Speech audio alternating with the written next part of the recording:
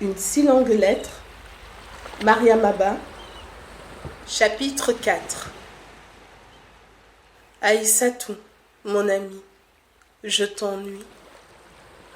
Peut-être à te relater ce que tu sais déjà. Je n'ai jamais autant observé parce que n'ayant jamais été autant concernée. La réunion familiale, tenue dans mon salon ce matin, est enfin terminée. Tu devines aisément les présents. Dame belle-mère, son frère et sa fille Binetou, encore amaigris. Le vieux Tamsir, frère de Modou et l'imam de la mosquée de son quartier. Madoba, ma fille, et son mari, Abdou.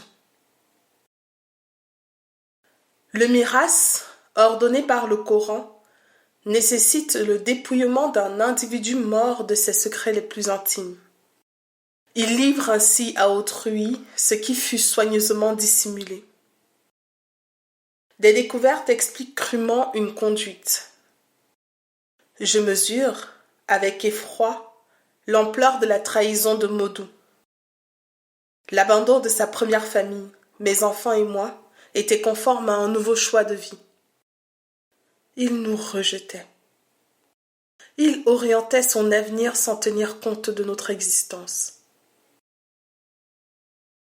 Sa promotion au rang de conseiller technique au ministère de la fonction publique, en échange de laquelle il avait endigué la révolte syndicale, disent les mauvaises langues, n'a rien pu contre la marée enlisante des dépenses où il se débattait.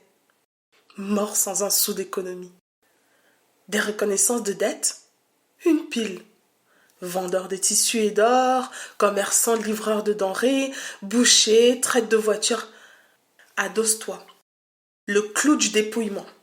La provenance de la Villa Sicap, grand standing, 4 chambres à coucher, 2 salles de bain roses et bleues, vaste salon, appartement de 3 pièces, construit à ses frais, au fond de la 2e cour pour Dame Belle-Mère.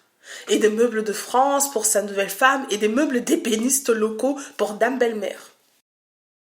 Ce logement et son chic contenu ont été acquis grâce à un prêt bancaire consenti sur une hypothèque de la villa Falaine où j'habite.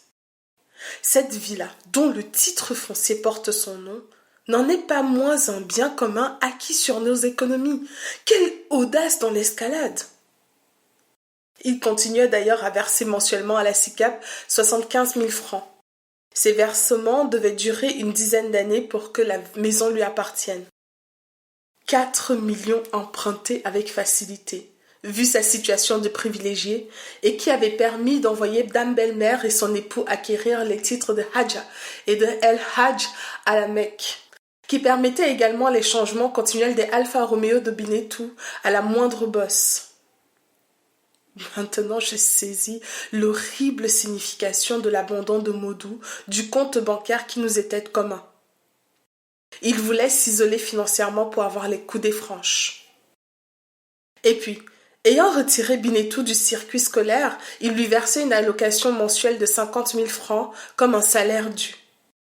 La petite, très douée, voulait continuer ses études, passer son baccalauréat. Modou, malin, pour asseoir son règne, entendait la soustraire au monde critique et impitoyable des jeunes. Il acquiesça donc à toutes les conditions de la rapace Dame Belle-Mère et avait même signé un papier où il s'engageait à verser tous les mois la dite somme.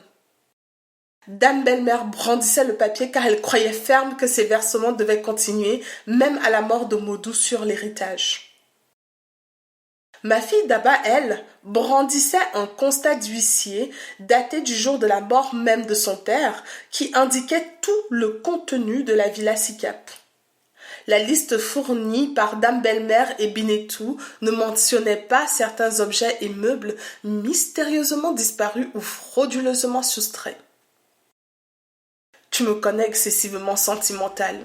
Ce qu'on exhibait de part et d'autre ne me plaisait pas du tout.